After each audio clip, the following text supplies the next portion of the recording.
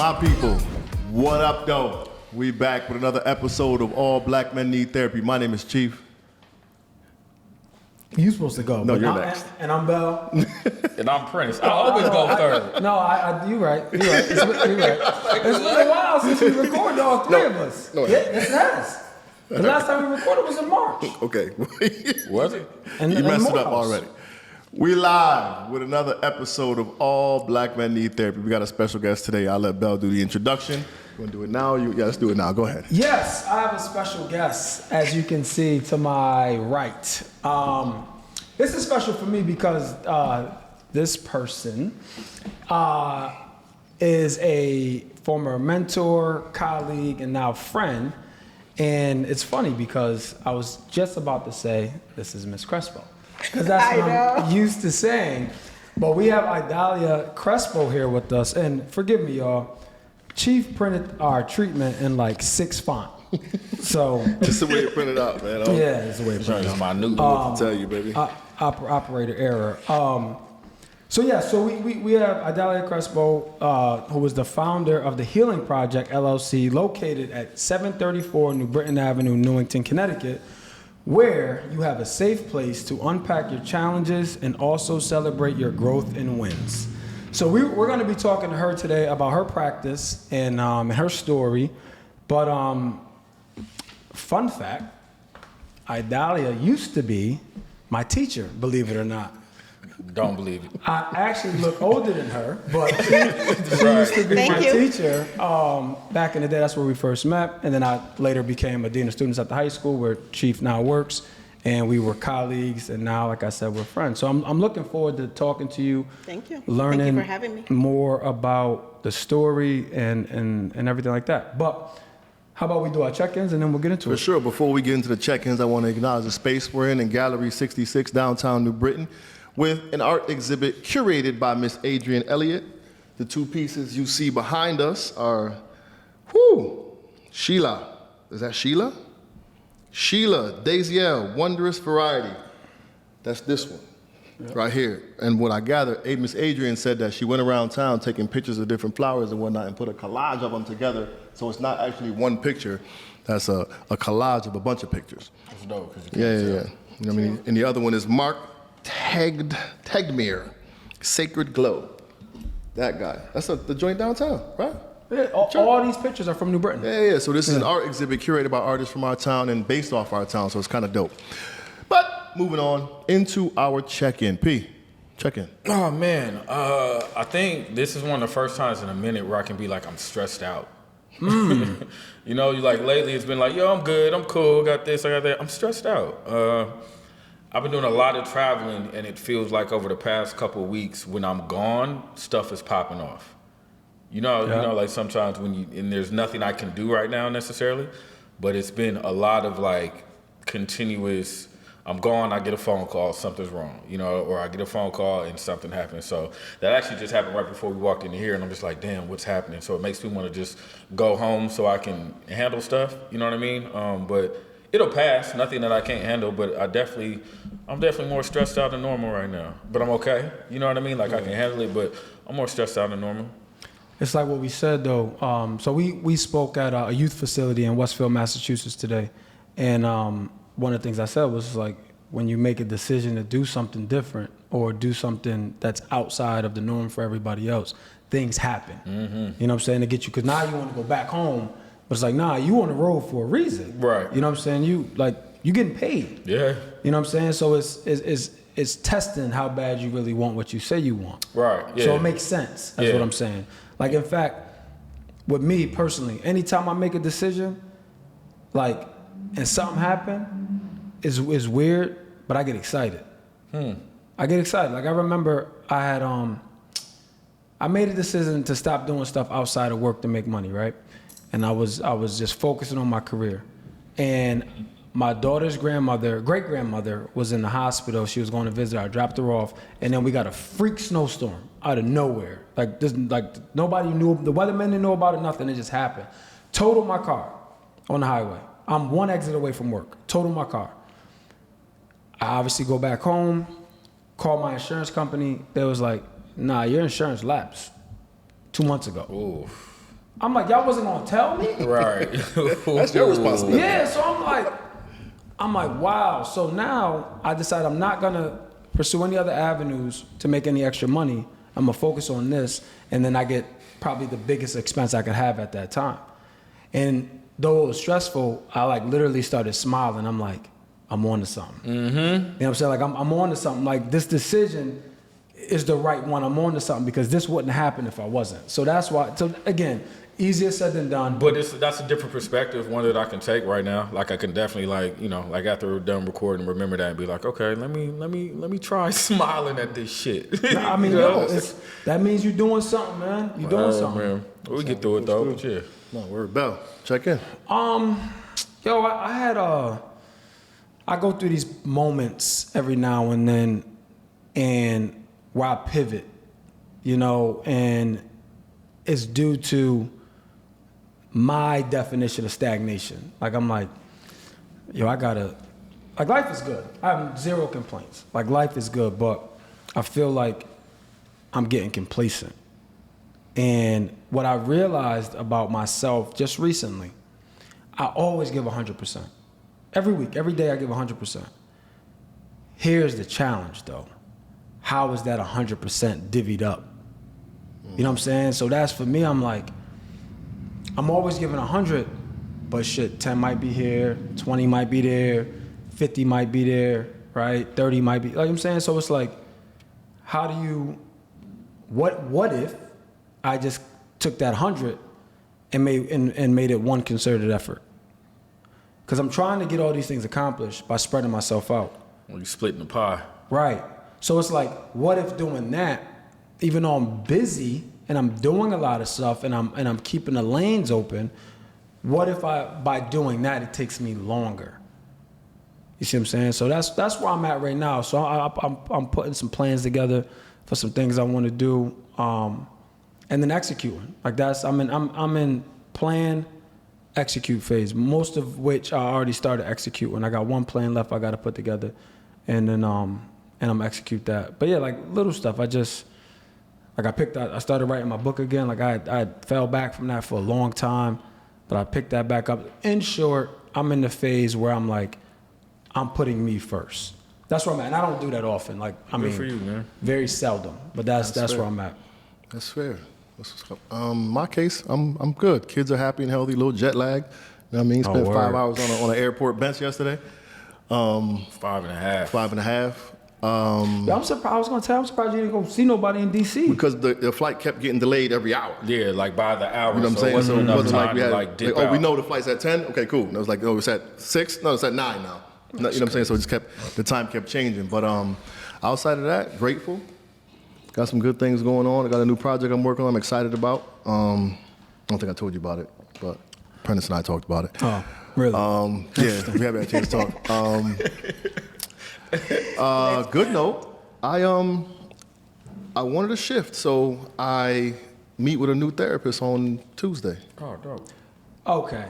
Pause. What happened with Chris? Yes. So I want to know what your thought was because I have some questions. I think the one I was going to, awesome, super, super dope, but she's like close to the family. You know what I'm saying? And I think I'm being more reserved because we have that tie. So I'm not able to fully I feel like I'd be more comfortable just somebody, you don't know me, here you go, hold this shit. You know what I'm saying? Like hold all that rather than putting it on somebody who I really, really know. So I decided, let me try something different. So because she was a Latina female, I went and tried to find another one that would kind of, no offense, that would work for me. So I just did some Googling and found one, and we meet on Tuesday. So Local? Hamden. Oh, okay. So Is that local? Is she 30 Latina minutes, too? 20 minutes, Yeah. 30 Is minutes. she Latina? Okay. Good. So, first of all, congrats for you to come to that conclusion. I feel like that's how I felt about you going to her initially.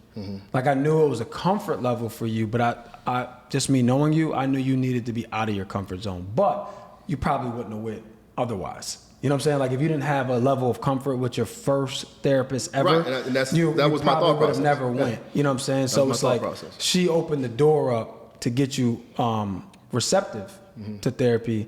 And now, in my opinion, is like now this is where the growth starts. Right. So we were having. I mean, don't get me wrong. She's helped me tremendously. I just look at things a lot differently now. But there was a conversation we were having, and I felt myself like holding back. And I was like, nah, this ain't it. You know what I'm saying? So and then like a couple weeks went by, and I'm like, you know what? Let me just go ahead and dive in. And I did some Googling last week, sent out some emails. I emailed 3 different people, and she hit me back first. So that's what's up. So that's where I'm at. In that vein, I have now, I have a therapy appointment on the books now too.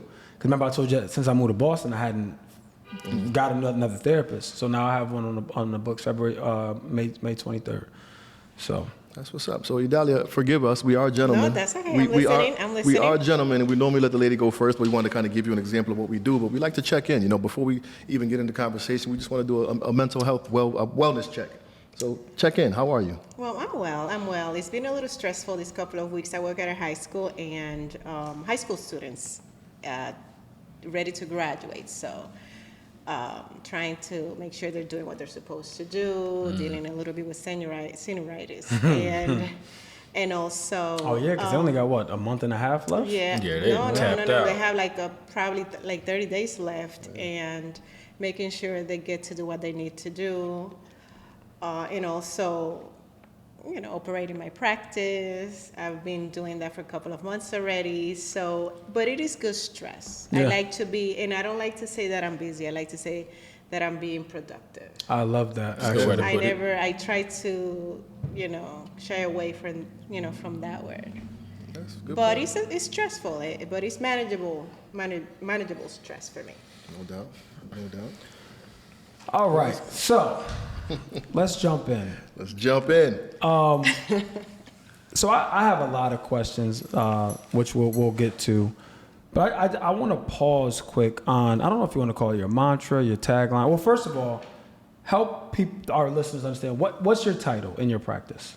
I am an LPC, which is a licensed professional counselor, a behavioral therapist. Okay.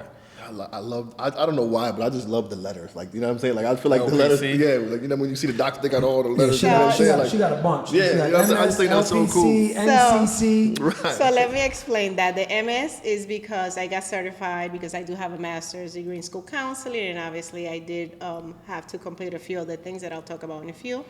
That's the MS for.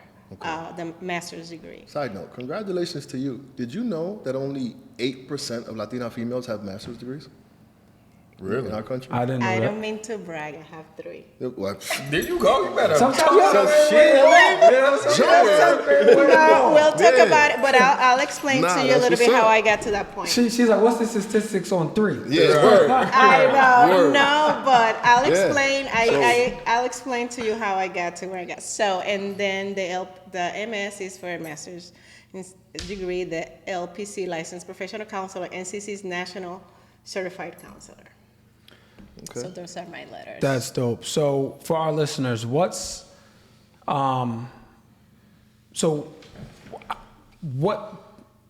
would somebody come to you versus I don't know, it's LCSW, LL? So that's a social worker degree, and it really depends on preference. Okay. Right? For me, why would people come to me?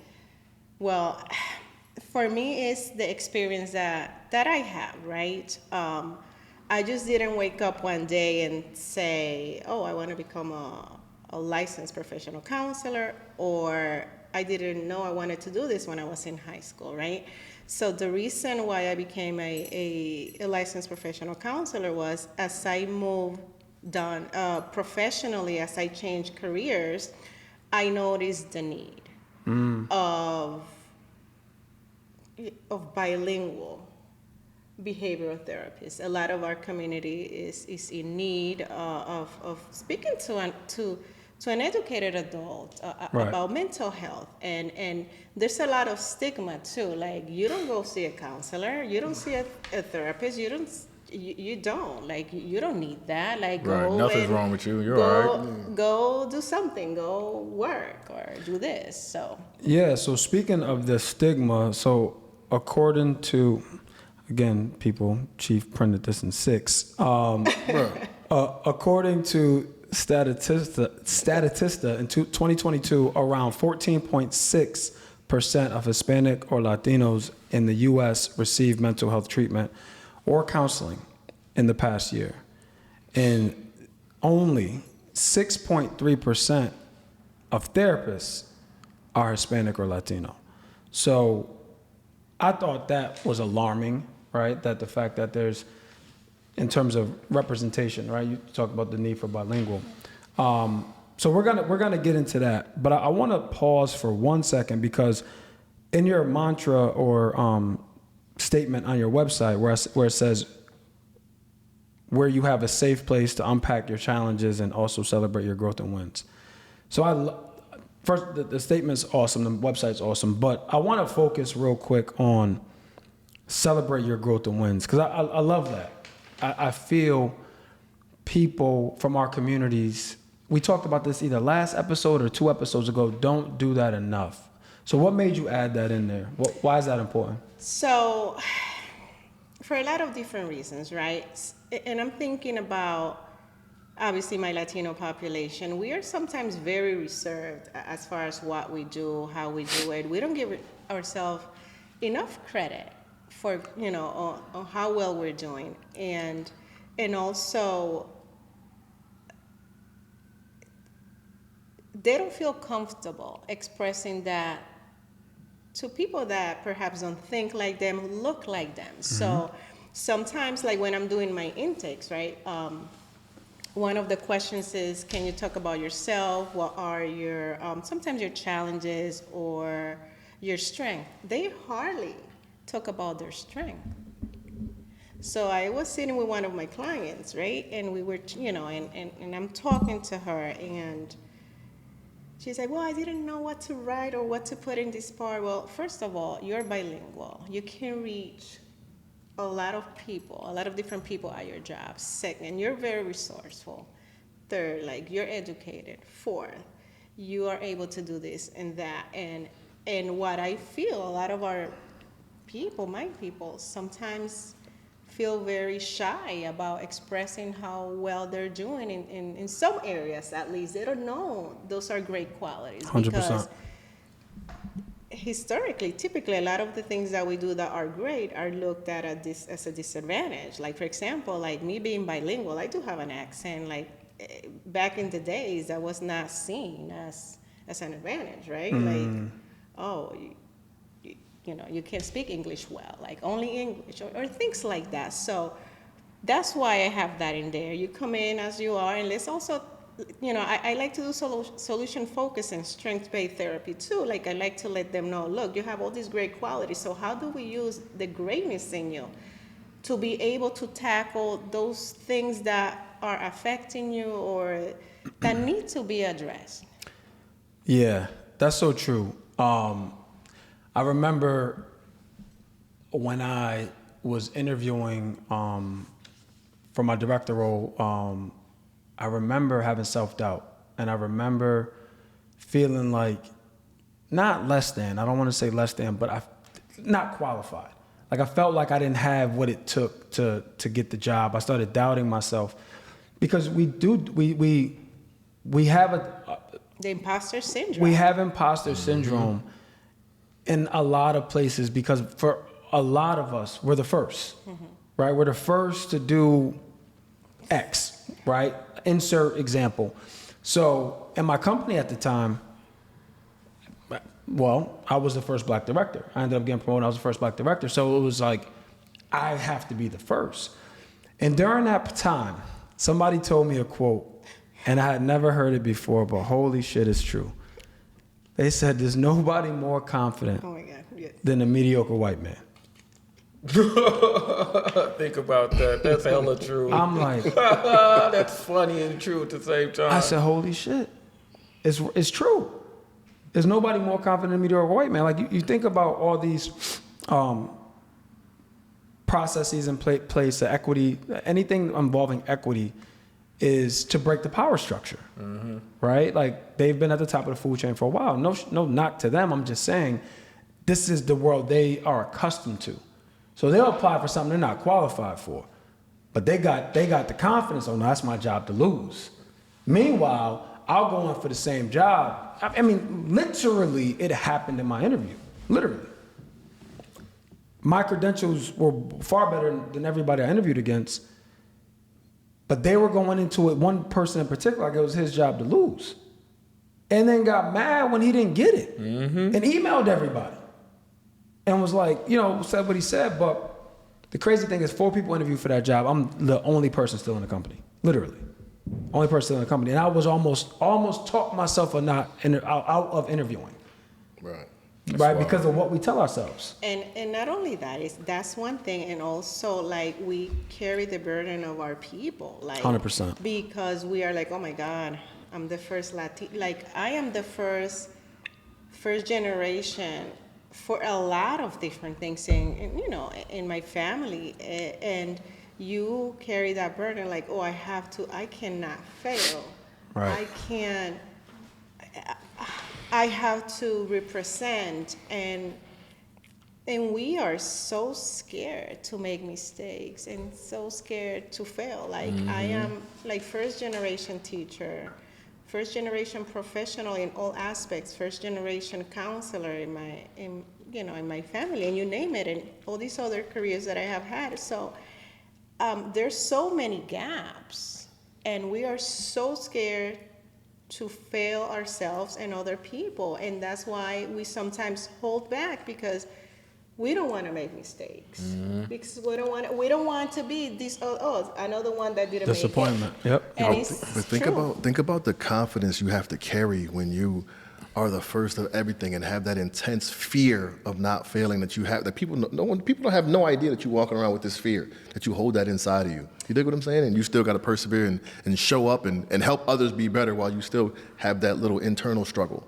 And I'm a very confident woman. I am, but I do have my fears. Like I was invited to do this conference, right? And I have a great friend of mine that she's helped me in so many different ways. And she's like, Idalia, I need you to present in this conference.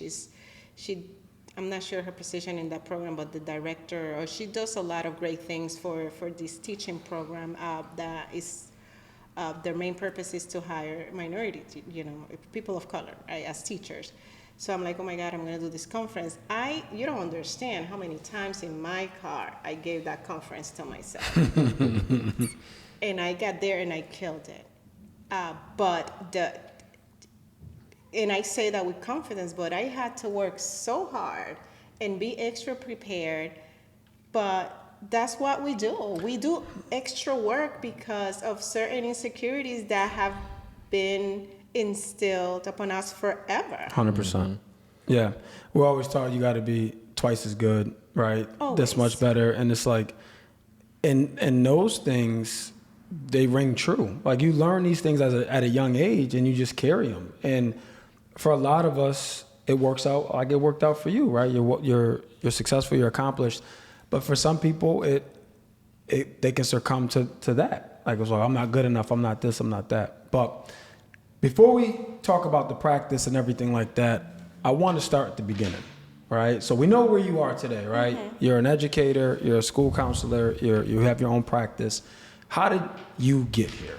Literally and figuratively. Oh my God. Because you weren't born in New Britain, right? No. So bring us back.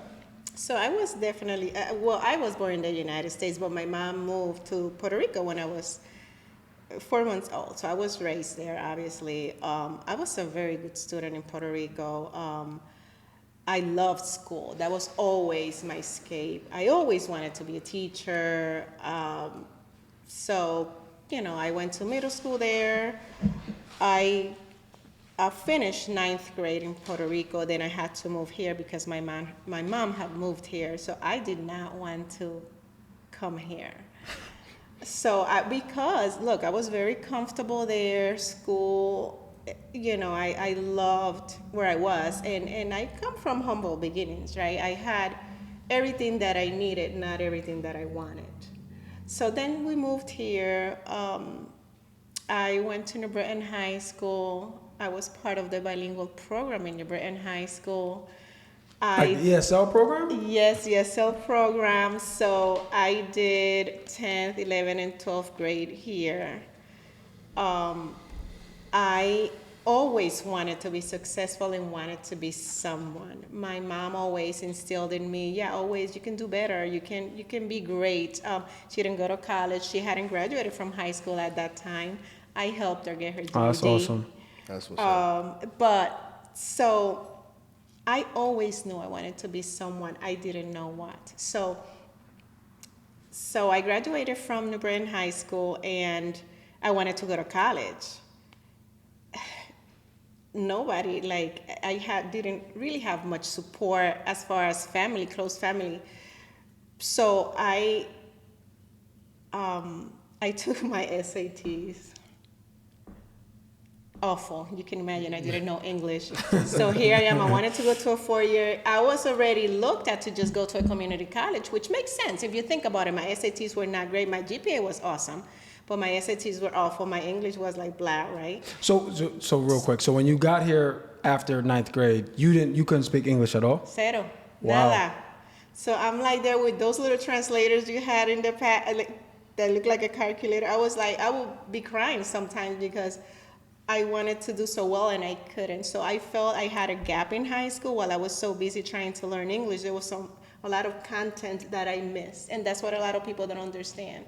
When we have students coming from different countries, there's a lot of suffering and stress and bitterness that sometimes we have inside that I didn't even know how I felt until I was a grown adult and I was able to look back and I'm like, oh my God. I was Welcome anxious. to the podcast. I was like anxious, bitter. I was angry, but I managed well because I love school. So anyway, so I had somebody that actually called CCS here, right?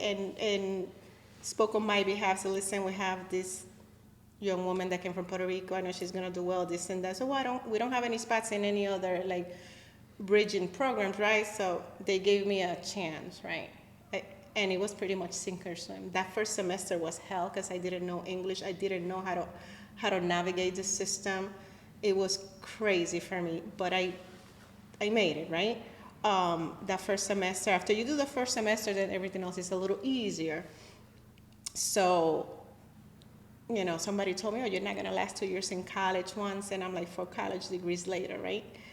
I'm here standing. But so then I went into biology. Don't ask me why I wanted to do sciences. My mom, you see, that's why you have to be careful who you listen to as far as, because you're going to have people that care for you that are going to give you the wrong advice because of misinformation. And this is what I tell my students all the time. My mom loved me. She wanted the best for me, but she didn't want me to become a teacher here because, for example, in Puerto Rico, the teaching profession is a little different. They don't pay as much. The struggle is different. Mm-hmm. So she didn't want me to do that. She didn't know how that worked here. So I went into biology. I was suffering, right? I didn't know English. I'm taking microbiology. I speak English and I didn't take biology in college. Exactly. So I'm taking micro and all of these courses, and I'm trying my hardest. I remember studying 2 weeks for a test. I got a 40-something. I was like 2 hours crying in my car alone because I didn't know what to do. Anyway, so I had to take a language class because that's part of your gen ed courses. So I sit down with this gentleman and I was helping him out because I did very well. Not because I spoke Spanish, but because I was a good student, so my skills in the language were good. So he's like, why you don't teach? I'm like, well, the teaching profession here is a little different. I don't know. I mean, I don't know what to do. I'm not going to find a job. I'm like, he's like, are you crazy? You're going to find a job right away. And then he gave me all this great information. I changed my major to 2 weeks later. I became a Spanish teacher. I got hired in New Britain High School in my district. Right away, I was a teacher at 22, teaching with my former teachers. So that for me was a great accomplishment. I came from Puerto Rico at 15, did 3 years in high school here. I struggled the first year in college because of my English. Then I became a teacher. So then when I became a teacher, right, then So when you become a professional or when you work in a certain area where you can grow, right? You start seeing the possibilities. So I was a teacher for 10 years. Then I saw the need of bilingual school counselors. So then first I did a master's in Spanish because I was thinking about the possibility of teaching Spanish in college. And I also wanted to have not only know great Spanish, but know more about literature, know more about my own language to be more prepared for my students. So I did that. So then I went into my second master's that was school counseling because I saw the need of bilingual counselors to work with our students. So I have to say that I have been blessed because every career that I have chosen or God has helped me choose, right? The doors have been opened for me to be able to work with my people in New Britain because I live here. So I became a school counselor immediately after I finished. I prayed, I said, God, you're gonna let me know when am I gonna get this job because I'm done, but I still love teaching. That same summer I was offered a position or talked about, look, there's an opening, would you like to apply? So I did apply. So after that, I was a counselor for a while. Then I decided to do a 6-year in school administration, to see what doors opened for me. So wait, slow down. So 6-year administrator, what does that mean? So I have a 6-year, it's called, oh my God, I forgot. It's Postmasters. The 6-year is like postmaster. Okay. Yeah, so in school administration. So then I had to test to get my own 92, which is like a certification for intermediate administrator. I could be. Pause 1 second. Yes. Speaking of which. Just resent the paperwork yesterday Speak up. on the plane Okay. For my own 92. Oh, congratulations. Thank you. So congratulations. What did they? Well, yeah, they had to call you or something like that. No, they did, and I had to redo something, so I had to pay another $700 and submit it all again. Yesterday. You got it. It's cool. Congratulations. I did. Yeah. It wasn't like it was just another simple like the slightest thing. Like, nah, it's not right. Do it again. So now, what's the waiting period now? Another month. All right, that's not terrible. Congratulations. That's not terrible. June 22nd. We'll know. How to be here before you know it. Yeah. All right. Actually, let's pause there for 1 second. Was it yesterday? Yeah. The second was what it was. So, what advice would you give him? Right? He took the test. Explain the process. So you had to take the test? So I'm going through the back channels because I never taught. During COVID, Massachusetts was giving a temporary admin licensure. So I got the temporary licensure in Mass, and I can get my certification in Mass, and Connecticut will grant me reciprocity. So once I get my cert there, I just come to Connecticut, and then I'll have it here. So I got to finish getting it in Massachusetts. So what do you mean as far as advice? So like, for example, so he will be certified here in the not so distant future. What is a good course of action for him right now while he's waiting? Like, here's why I say that. Because in my mind, I'm like, well, bro, let's start looking for some damn jobs, right? Let's start looking at districts to see what's happening. Let's start putting our feelers out there. Let's start putting yourself out there. So it depends. Like, that's a hard question because it really depends. For me, every time I made a decision professionally, I always had a plan. Like, I always had the end in mind, and then I work from there.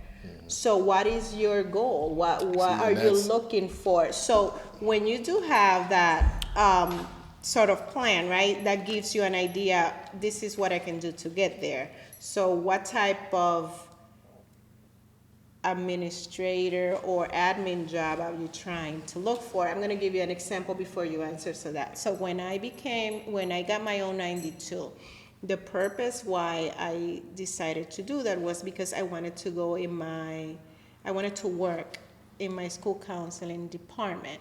So I was department head, the director of guidance in New Britain of school counseling in New Britain High School before I went to satellite. So my goal was just that. I didn't want to become a full-blown high school principal yet. That was not in the horizon. Okay. That was not my plan. So for me, that was, I don't want to say it was easy, but it made more sense because I had experience as a teacher, I had experience as a school counselor. So you didn't need the 092 to be a school counselor? not a school counselor, but Okay. the department chair position required that. Okay. And I was perhaps looking for an assistant to principal type of job. I was not looking at the time to become a full-blown school principal. So Quick question, real quick. Does it work like that, or do you have to be a vice principal first before you can become a principal? No, you don't have to be. Oh, I didn't know that. No, you don't have to be, but that's why I'm asking, like, what is it that you would like So to do? that's what I would like. I'd like to go in as a vice perhaps, because I don't think I'm ready to run a building just yet. But I think going under the tutelage of somebody I respect. And just with the speaking my poetry, I've been to many, many schools and have connected with a bunch of different administrators that I can see myself learning from and whatnot. So I think I'd like to take that step first and then just work my way to the top. I could definitely see myself running a building. And for sure. honestly, to be honest with you, I will be surprised if anybody gets hired as a school principal without having prior Experience, yeah. administrative experience. Because there's, it's not just the day-to-day operations of the building or responsibility. You have to evaluate teachers. You have to do so much more than what meets the eye that people don't know.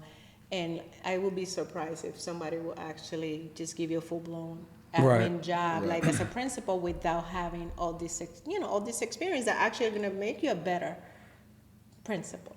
Yep.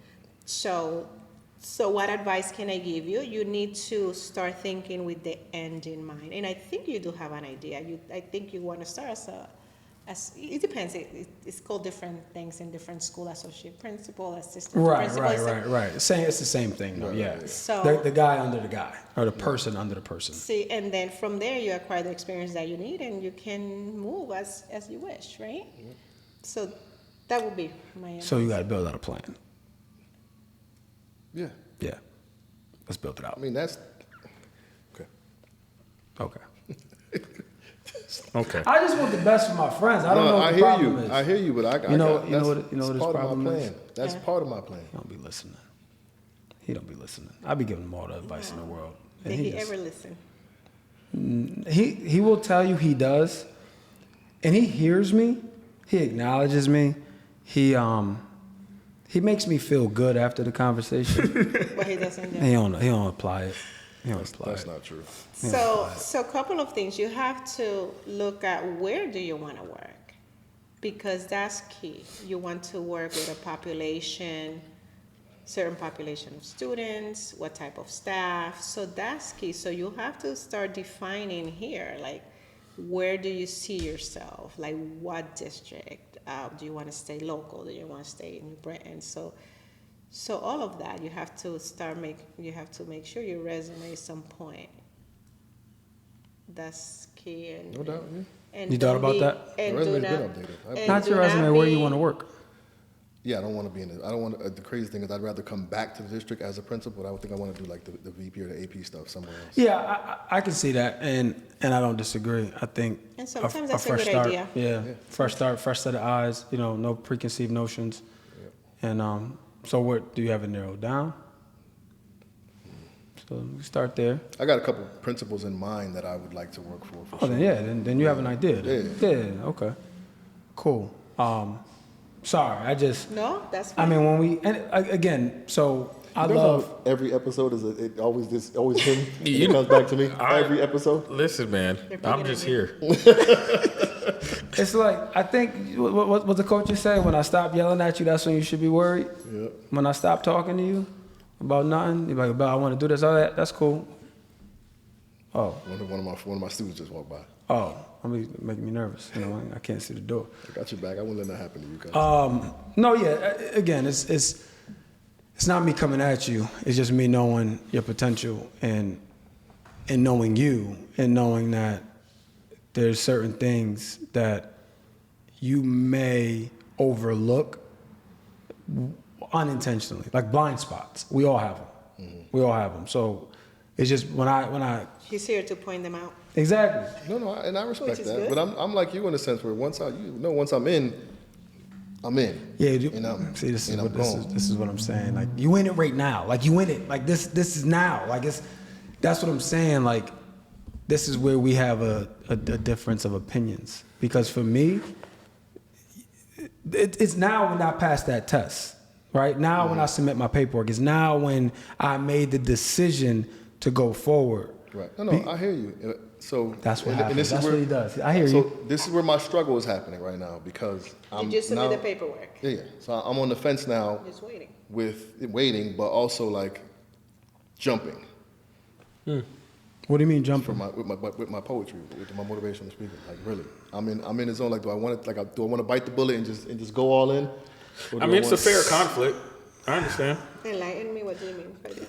You're saying you still got to do something based upon. No, and Explain to me. I want to hear the logic. Go full and hear. So I don't know if you know, but I've been like I do motivational speaking. I've been traveling all over the place, and it's just like I know there's so much more for me there, but I'm afraid to jump, and I almost feel like having that certificate, having that 092. It's like, okay, I always got this. Fallback? Yeah. My fallback. I got this. So let me jump. If shit don't work out, I always got this. You know what I'm saying? Mm-hmm. I have a number of follow-up questions.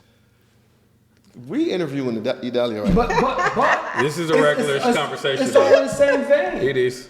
So my question is, because I've thought this, just based on our interaction about this 092, because and this is just my opinion. In my opinion, it's like, for you, in my mind, I'm not saying this is accurate, in my mind, it's to check the box. Get it just to say I got it. No. Okay, but let me finish. But what you just said kind of affirms that a little bit. Meaning like, I'm going to do poetry and I got my 092 so I can fall back on this.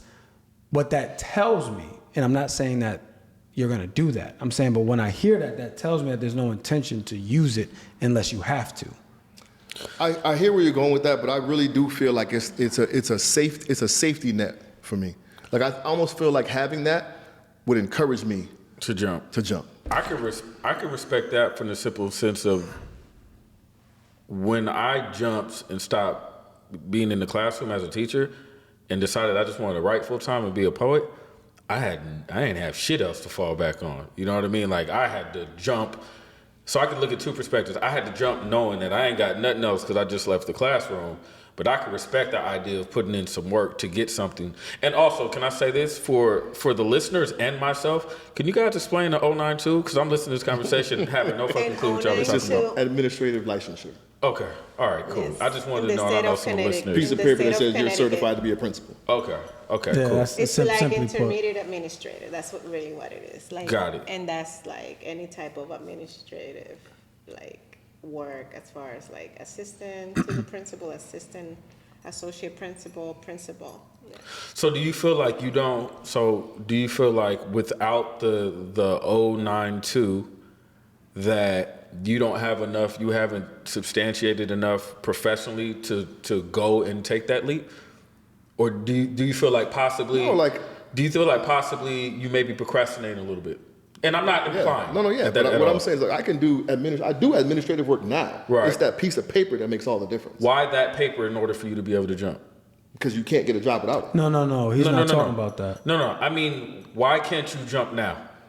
I guess that's what I'm saying. I've been beating myself for years about that. I think it's just fear, man. I got children. I got responsibilities, and that leap is. So what I'm saying is scary with not having that consistent income to provide for my babies, man. So what I'm saying is, what's the difference between you jumping now and you jumping with a 092? Could you not go back to what you're doing now without the 092? I probably could, but okay. It just makes you feel a little bit more comfortable. Yeah. Okay. So it's not easy. So first and foremost, one, getting an 092. Two, it should have been a drag. The process. It's just been a drag, yo. It's because with Massachusetts, when something doesn't fall right, it's a time. You just got to wait out their time period. It's not like put it in, they review it and give it back. Like, no, you give it in this day, we're gonna review it by this day, have it back to you by this day, and it's happened twice now. You know what I'm saying? Oh, this is that same thing you've done already. Yeah, I didn't know we the name talked of about it like a couple times. Yeah, I just didn't know the multiple times on technical term thing. for it. I guess my thing is, not everything you said is tough. Completing 092, potentially being a full-time entrepreneur, all of that stuff is tough. I guess where I get jammed up a little bit, it's like, what's the plan? You know what I'm saying? Regardless if you're gonna have fear no matter if it's mapped out to the letter. What's the plan though, right? It's like, this is not a question you need to answer now. I'm just saying, what's the plan? So it's like, all right, I know my passion is in this space. So here's what I need to do to make myself comfortable. And it's not gonna give me full security, but it's gonna make me comfortable. Like when I walked in today, Idalia made a joke about me leaving the high school. She's like, you left us, right? But I had a plan. You know what I'm saying? I had a plan, and the plan wasn't foolproof, but it was enough comfort for me to move on. So my plan was, I was like, all right, I'm gonna save up some money. I saved up $16,000. And that was a lot of money for me at that time. $13,000. It was a lot of money for me at the time. So I'm like, this gives me that security. You know what I'm saying? Like I can eat oodles and noodles, but this, I can pay the mortgage. You know what I mean? I can put gas in my car. And plus I'm not going to be not making money. I may not be making it consistently, but that nest egg, that's where so my point is, that's where I want to see you go, because I think the longer you go without a plan, I won't assume you don't have one. Well, the longer you go without you executing said plan, the more reasons you'll have not to do it. Because here's what's going to happen. I'm going to tell you right now. Here's what's going to happen. You're going to get that paperwork. You're going to network with some folks. And I'm like, yeah, Chief, we got a job. And now it's like, damn. Do I take the job or do I leave? Because now that job is going to pay you more than what you're making as a dean. So now you're like, damn, what do I do now? Now you're in another dilemma. Either way, either scenario is great, right? Because you worked for that 092, now you got a job, but now you defer. I have a question. Why did you go into school administration? I wanted to be able to make an impact bigger than what I have now. Because I see the rapport that I connect with these kids, and I see the relationships that I build and how these kids benefit from it. And just, the student you've seen 10 years, from 10 years ago, oh my God, Ms. Crespo, thank you, while you were blah, blah, blah, blah, blah. That's so powerful to me. That. But like just being able to do that on a much larger scale, and just being with so many different administrators in the district is kind of like, I'm certain I can do better than they do. I'm certain I can get the staff to buy in a little better than they do. I'm certain I could, bring more morale to the building than they do. So it's just like learning from people's mistakes, good, bad, and indifferent, like preparing myself to carry that administrative role. Okay, so you have an idea why you want to do it, and why are you hesitating? Well, I'm just getting the paperwork now. It's all about the paperwork. Get the paperwork. Yeah. No, the paperwork is around the corner. And that's coming. So why are you hesitating? Because that same impact that I can make as an administrator, I make as a poet. Okay, so and now it's just like then why did you, if you're gonna do or have the same impact as a poet, which I love your work, why then pursue and go through all the trouble to get this paperwork to be an admin? I love having guests on. No, I love them both, because I'm passionate about these kids. So and you can do both. I can, kinda. I'm about to get fired right now. All these days I'm taking off of work. Okay, so then you won't be able to do both. Because as an admin, let's be honest, as an admin, there's a lot of responsibility that you have within the building, not just with the families, with the students, but also with the staff you're going to be working with. So that is a very strong and defined commitment. Yes. From what I'm hearing, that's what's really holding you back. The commitment of being in it? Didn't you say that you need some time off? And not the commitment you as a person, but you're not gonna have so much wiggle room to do what your passion and what you love. Let's be honest, you won't. Right. So I think that's where the hesitation comes. Not that you can't do it, not that you will do amazing, but the commitment is way different.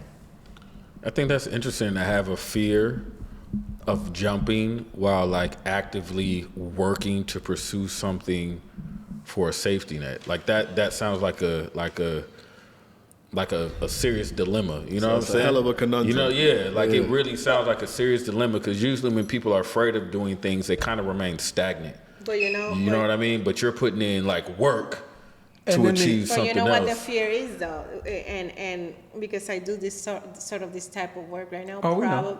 probably is the time. What do you mean? Am I gonna have time to be able to do what I love? Am I gonna be able to, juggle both things that I would like to do? That's probably the fear, or like, what makes you think like, what do I really want to do at this point? Because I think that if you could do the admin part, right, and still have a lot of time to do You're fine. I just want to to do what you love to do and your passion and what you have been doing so great, I don't think there won't be that much hesitation. But that's my opinion. All right. Should have called you for my therapy appointment. Ain't too late. You could have been my new therapist. Now the comfort is that she's still closest in proximity. No, so Yeah. and it wouldn't going be the back, same. and I'm glad you mentioned that.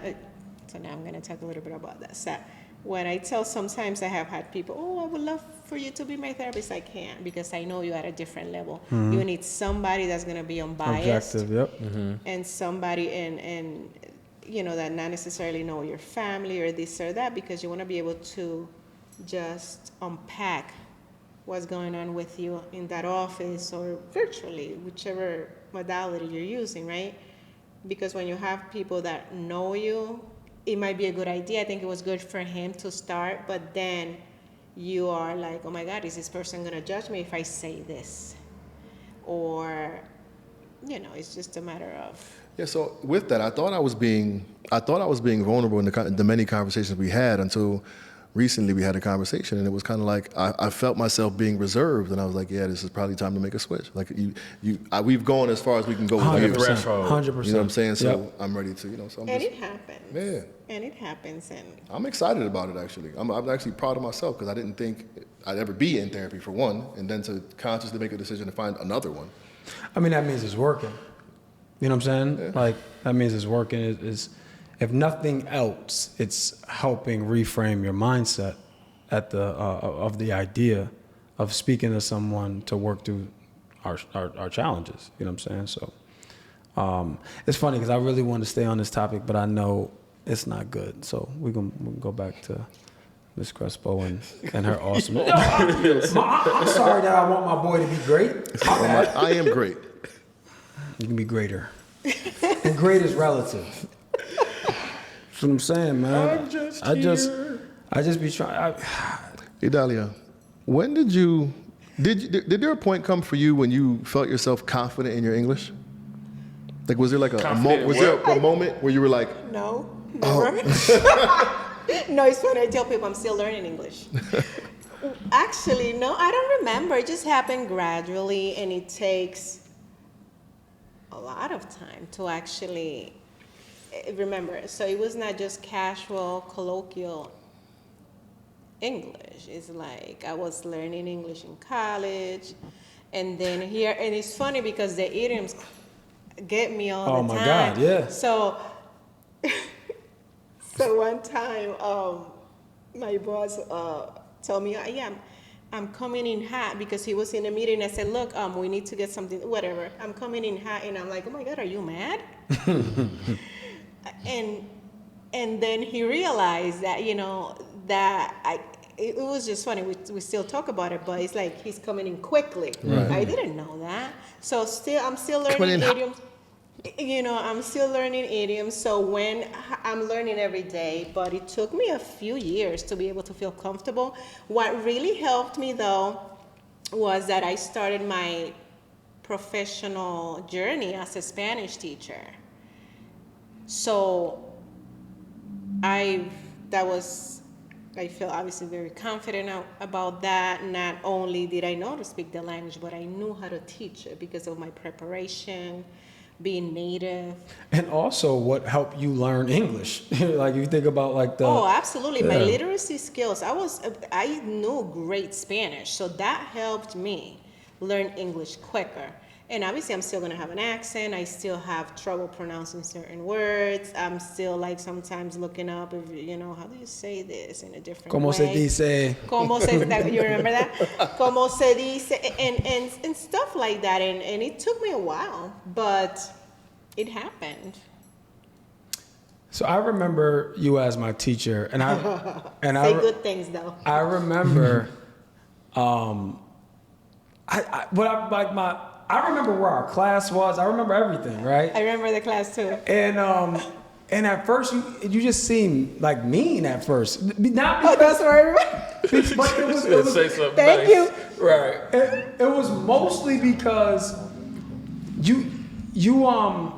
your demeanor, like your face, you're like I'm serious, Yeah, but you're then I'm very funny, serious, though. and then you didn't.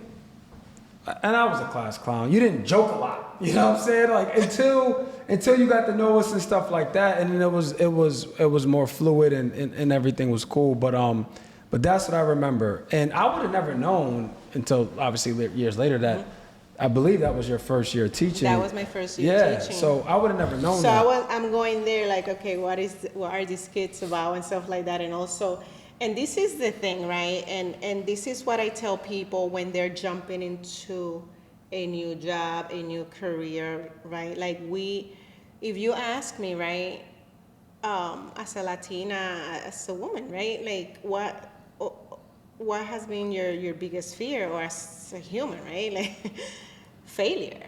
Like we're scared to fail, but if you don't fail, you don't learn, right? So, and what I tell everybody is like, doesn't matter what career, what degree do you get, right? You have all this knowledge, you have all these tools.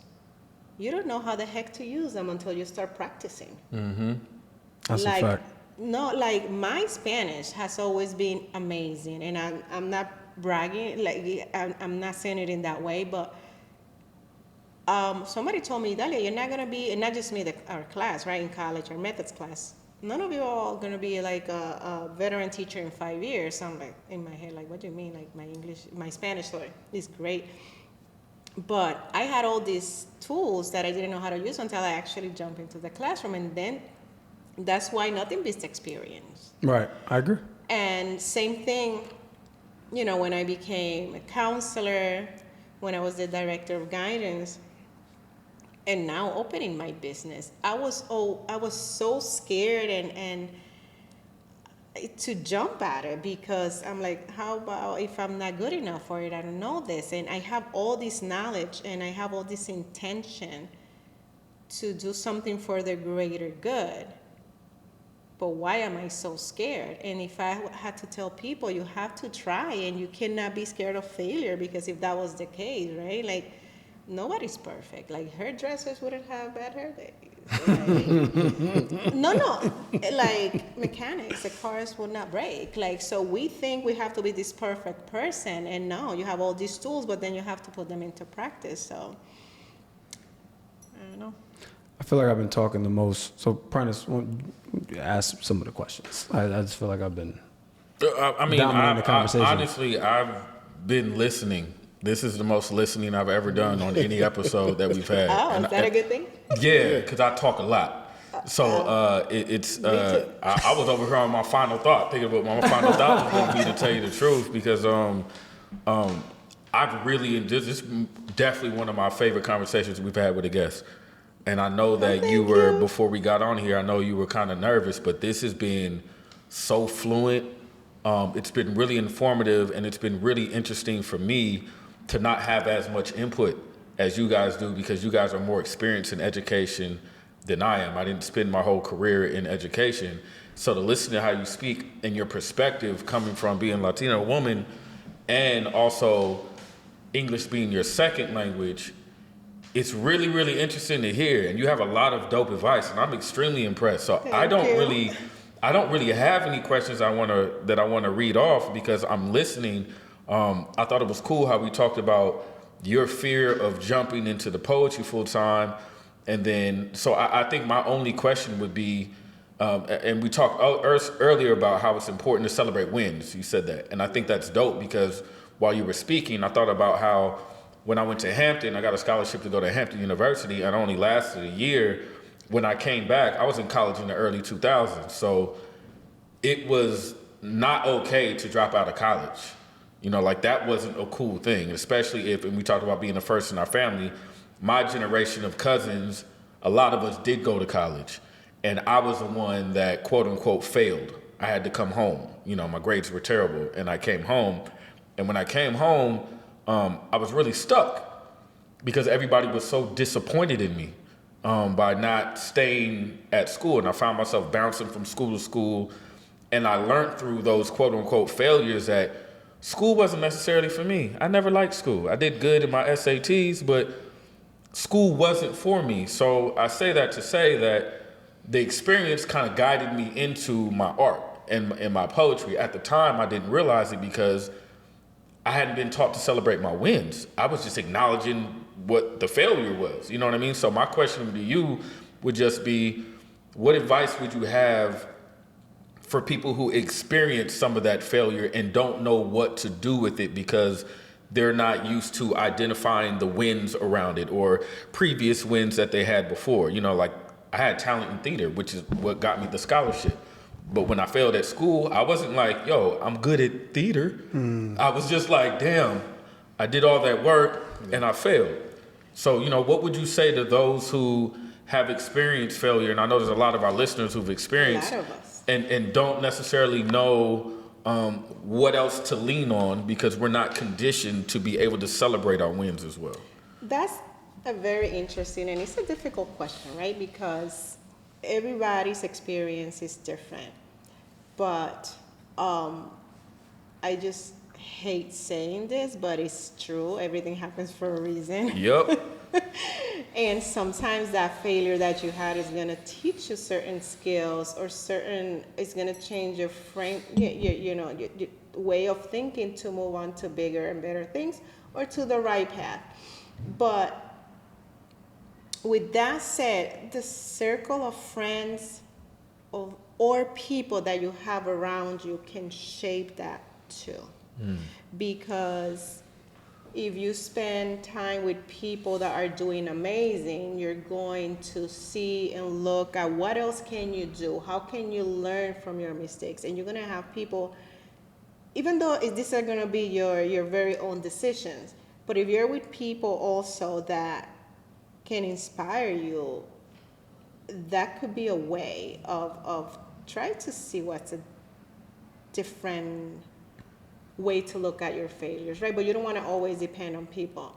But that's one also, I must say, looking into professional help too, because sometimes you don't have the support or you don't find it within you to learn from your failures or mistakes. And sometimes looking for that other person that can help you or point you into that direction is very important. We sometimes don't have all the answers. And that's sometimes the mistake that we make, rely solely in the information that we have or that we don't have. So how can you celebrate your wins? Look for people that can help you think bigger, get more educated, follow your passion, find that professional that can work with you. There are many different ways, but sometimes that cannot be done solo.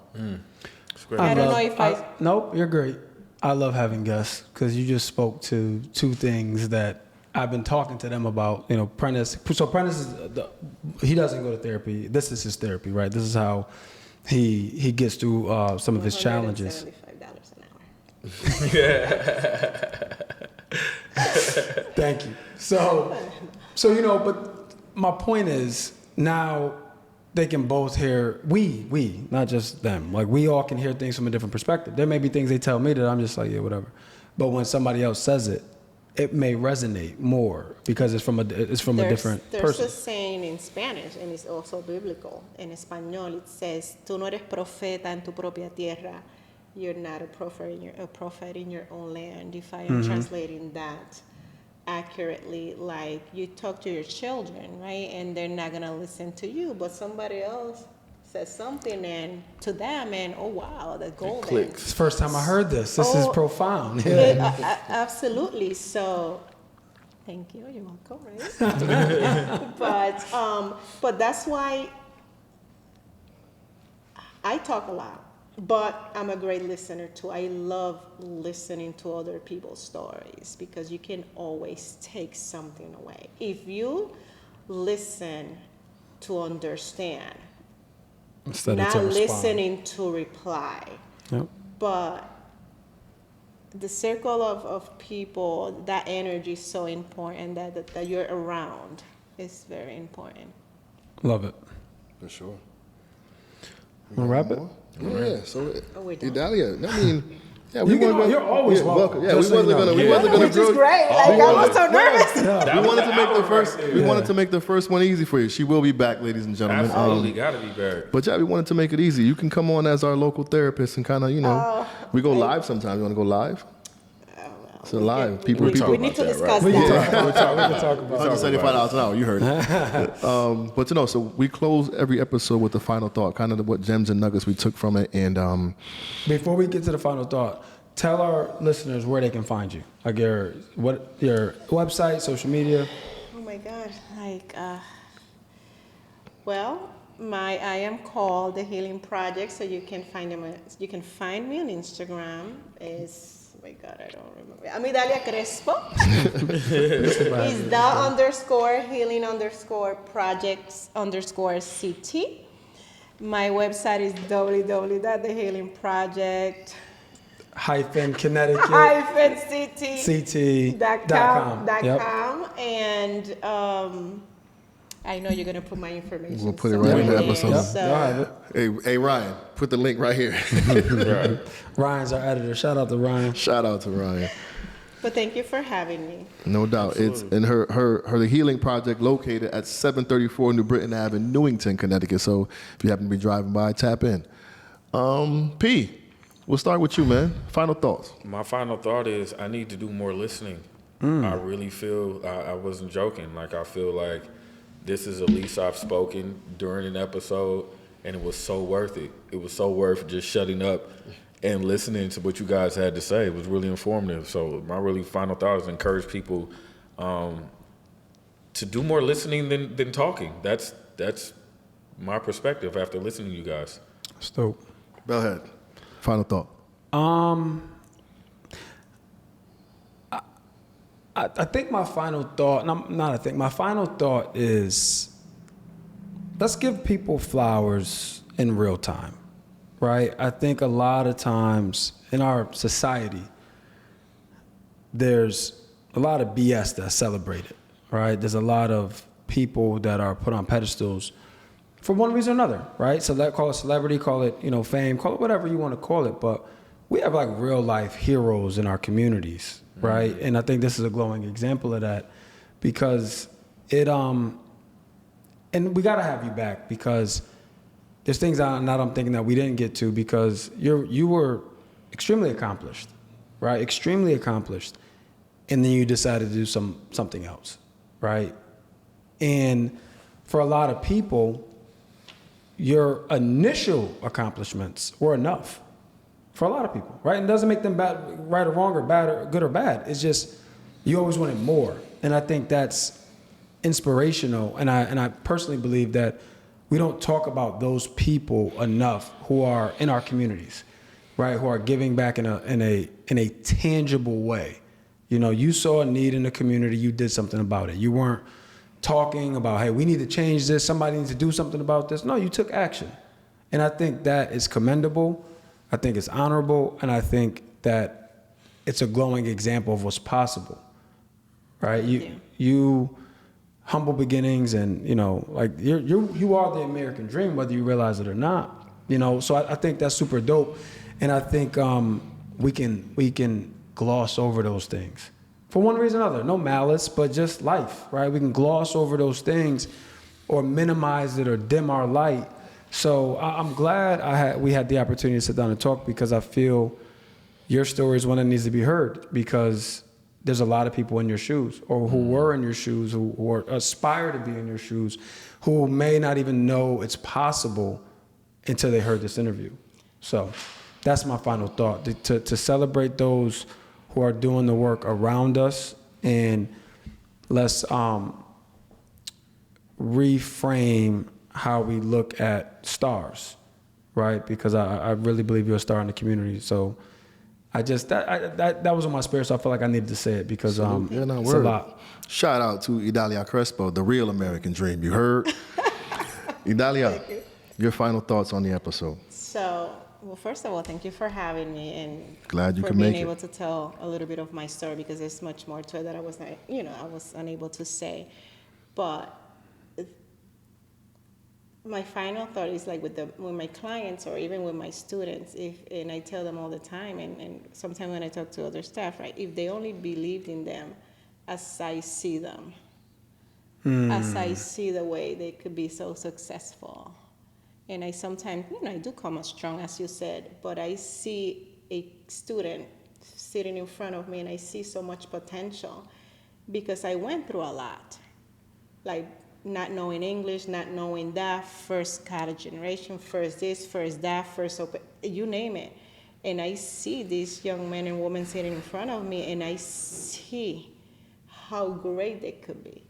So if our students in our community could see through the eyes of us that work with them and how we see how successful they could be, that's my final thought. Love it. That's what's up. For me, I think it's I'm feeling good about pushing past your fears, and more importantly, if you don't know, go learn. Like Idalia said, she studied for a test for 2 weeks and failed it and sat in the car crying for 2 hours and now has 3 master's degrees. Like, it's a testament to perseverance and pushing past your fears and kind of just having a desire to want and do and be better. And I think that's super, super dope. Idalia Crespo, the real American dream. That's going to be your tagline from now on. Word up. This has been another episode of All Black Men Need Therapy. Hit the website, www.abmnt.com. Grab you some healing merch. Grab you some merch. Get you a healing crew t-shirts. Now we got a new colorway coming out for our spring line, if you will. Hit us up at allblackmenneedtherapy.com, abmnt.com. You can email us, allblackmenneedtherapy@gmail.com for the collective, or you can email us individually, Chief, Prentice, or Bell at abmnt.com. We have a voice line. Call us up. You're going through it. Hit us up, 860-410-6160. 860-410-6160. Did I miss anything, fellas? You covered everything. How we good, man? We good on that? Well, per usual, like we always say, do us all a favor and hug a black man today. Do it. And a Latina woman. Do it. And tomorrow. Do it. We out, y'all.